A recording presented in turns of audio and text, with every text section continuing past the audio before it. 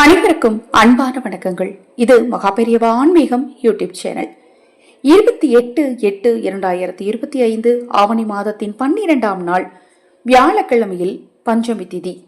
வராகி தேவி வழிபாட்டிற்குரிய ஒரு முக்கியமான நாள். இந்த நாள் வியாழக்கிழமையில் அமைந்திருப்பது கூடுதல் விசேஷம். அதேபோல் சுவாதி நட்சத்திரம் வரக்கூடிய நாளாகவும் இருக்கிறது. காலை 9:28 பிறகு சுவாதி நட்சத்திரம் ஆரம்பம். மாலை 5:41 பாத்தீங்கன்னா பஞ்சமி திதியானது முடிவடையுது. எப்பவுமே நாம பஞ்சமி திதி அப்படின்னா மாலை பொழுதுல விளக்கேற்றி வழிபாடு செய்யறது தான் வழக்கம். இந்த பஞ்சமி திதி அன்று நீங்க வழிபட வேண்டிய முறை எப்படி, என்ன மந்திரம் சொல்லணும், எப்படி விளக்கேற்றணும் அப்படிங்கறத பத்தி தான் இந்த பதிவுல பார்க்க இருக்கிறோம். சுவாதி நட்சத்திரமும் வியாழக்கிழமையும் இணைந்து வர்றது ரொம்ப விசேஷமா கருதப்படுது. இந்த பஞ்சமி ஏன் சூரிய குரு பஞ்சமி? சூரிய மாதம் ஆவணி மாதம், வியாழக்கிழமை குருவுக்கு உகந்த நாள், பஞ்சமி அன்னை வராகிக்கு உகந்த நாள். இந்த நாளில் நாம வழிபடுறதுனால நல்ல வேலை கிடைக்கும், குரு கடாட்சம் கிடைக்கும், குருவருளால திருவருளும் ஏற்படும். இந்த நாள்ல வராகி தேவி வழிபடுறதுனால வராகி தேவியின் பரிபூரணமான அருளால நம்ம வாழ்க்கையில இருக்கக்கூடிய துன்பங்களும் நிச்சயமா தீரும். இந்த நாள்ல முக்கியமா நீங்க வழிபட வேண்டிய நேரம் என்ன அப்படின்னு பாத்தீங்கன்னா மாலை பொழுதுல 4:40 இருந்து 5:40. மற்றபடி நீங்க வழிபட வேண்டிய நேரம் அப்படின்னா நீங்க சாதாரணமா நான் 5:30 மணிக்கு மேலதான் தீபம் ஏத்துவேன் அப்படிங்கிறவங்க தாராளமா ஏத்தலாம், தவறு கிடையாது. ஆனா இந்த நான் சொன்ன இந்த குறிப்பிட்ட நேரத்துல இந்த முறைப்படி தீபம் ஏத்துனீங்க அப்படின்னா உங்க குடும்பத்தில் இருக்கக்கூடிய பிரச்சனைகள் நிச்சயமா தீரும். இதன் பிறகு எப்பவும் போல நீங்க வழிபாடு செய்யறது, மற்றபடி மகாலட்சுமி பூஜை செய்யறது அல்லது குரு பூஜை செய்யறது, இல்ல தட்சிணாமூர்த்திக்கு நீங்க கொண்டக்கடலை மாற்றி மாலை சாற்றி வழிபாடு செய்யறது, இது மாதிரி விஷயங்கள் எல்லாம் நீங்க அதன் பிறகு கூட செஞ்சுக்கலாம்.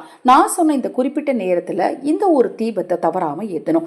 நான் அன்னை வராகிக்கு 5 தீபம் ஏற்றி வழிபாடு செய்வேங்க, நான் தேங்காய் தீபம் ஏற்றி வழிபாடு செய்வேன், நானும் இந்த தீபத்தை ஏத்தலாமா அப்படின்னா நீங்க எப்பவும் போல அந்த தீபங்களை ஏத்திருங்க. 5 தீபம் ஏத்த போறீங்க அப்படின்னா 5 அகல் விளக்குல நல்லெண்ணெய் ஊற்றி பஞ்சத்திரி போட்டு தீபத்தை ஏத்திருங்க. தேங்காய் தீபம் ஏத்த போறீங்கன்னா அதே போலதான் தேங்காய் சரிபாதியாக உடைத்து அச்சதை அரிசி மேல வச்சு நீங்க நல்லெண்ணெய் ஊற்றி பஞ்சத்திரி போட்டு தீபத்தை ஏத்திருங்க. இது போக நீங்க எக்ஸ்ட்ரா ஏத்த வேண்டிய ஒரு தீப சூற்றம் பரிகாரத்தை தான் நம்ம இந்த பதிவுல பார்க்க இருக்கிறோம். ஒரு சிறிய தட்டு எடுத்துக்கணுங்க. தட்டுல முதல்ல கொஞ்சமா கல்லுப்பு பரப்பிக்கணும். அதுல 27 மிளகுகளை போட்டுட்டு அது மேல மஞ்சள் தூளை, அந்த மிளகு வெளியே தெரியாத அளவுக்கு மஞ்சள் தூளை பரப்பிட்டு அதன் மீது ஒரு அகல் விளக்க வைத்து அந்த அகல் விளக்குல நெய் ஊற்றி பஞ்சத்திரி போட்டு வடக்கு திசையை நோக்கி தீபத்தை ஏற்றி வைக்கணும். இந்த தீபத்துக்கு நீங்க பிரசாதமாக கண்டிப்பா பானகத்தை வச்சு மாதுளம் பழ முத்துக்கள், மாதுளம் பழத்தை நல்லா திறந்து, முழுசா வைக்க கூடாது, மாதுளம் பழத்தை திறந்து அதுல இருக்கக்கூடிய முத்துக்களை எடுத்து ஒரு கிண்ணத்துல போட்டு வச்சு அது பக்கத்துல 1 டம்ளர்ல பால் வைங்க. குங்குமப்பூ இருந்தா பால்ல கலந்துக்கோங்க. பால்ல கண்டிப்பா கல்கண்டு போடுறது ரொம்ப நல்லது. ஏன்னா வியாழக்கிழமை நம்ம குபேரனுக்கு உரிய நாளாக கருதப்படுது. இப்ப நம்ம இந்த தீபத்தை ஏற்றி வச்சாச்சு. நம்ம எப்பவும் போல அன்னை வராகிக்கு தீபத்தை ஏற்றி வச்சாச்சு.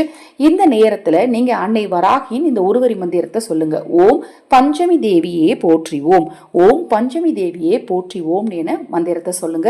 துளசி மாலை சாற்றுங்க. அன்னை வாராகிக்கு துளசி மாலை சாற்றுங்க. நான் எங்க வீட்டுல வாராகி தேவி வழிபாடு செய்யறது இல்லைங்க, கோயில்ல போய் தான் வழிபாடு செய்வேன். நான் வீட்டுல நீங்க சொன்ன இந்த பூஜைகளை எந்த சாமிக்கு செய்யறது அப்படின்னு கேட்டீங்கன்னா உங்க வீட்டுல மகாலட்சுமி தாயாருடைய திருவுருவ படம் இருந்தால் அந்த திருவுருவ படத்துக்கு முன்னாடி இப்ப நான் சொன்ன இந்த பரிகாரத்தை செய்யுங்க.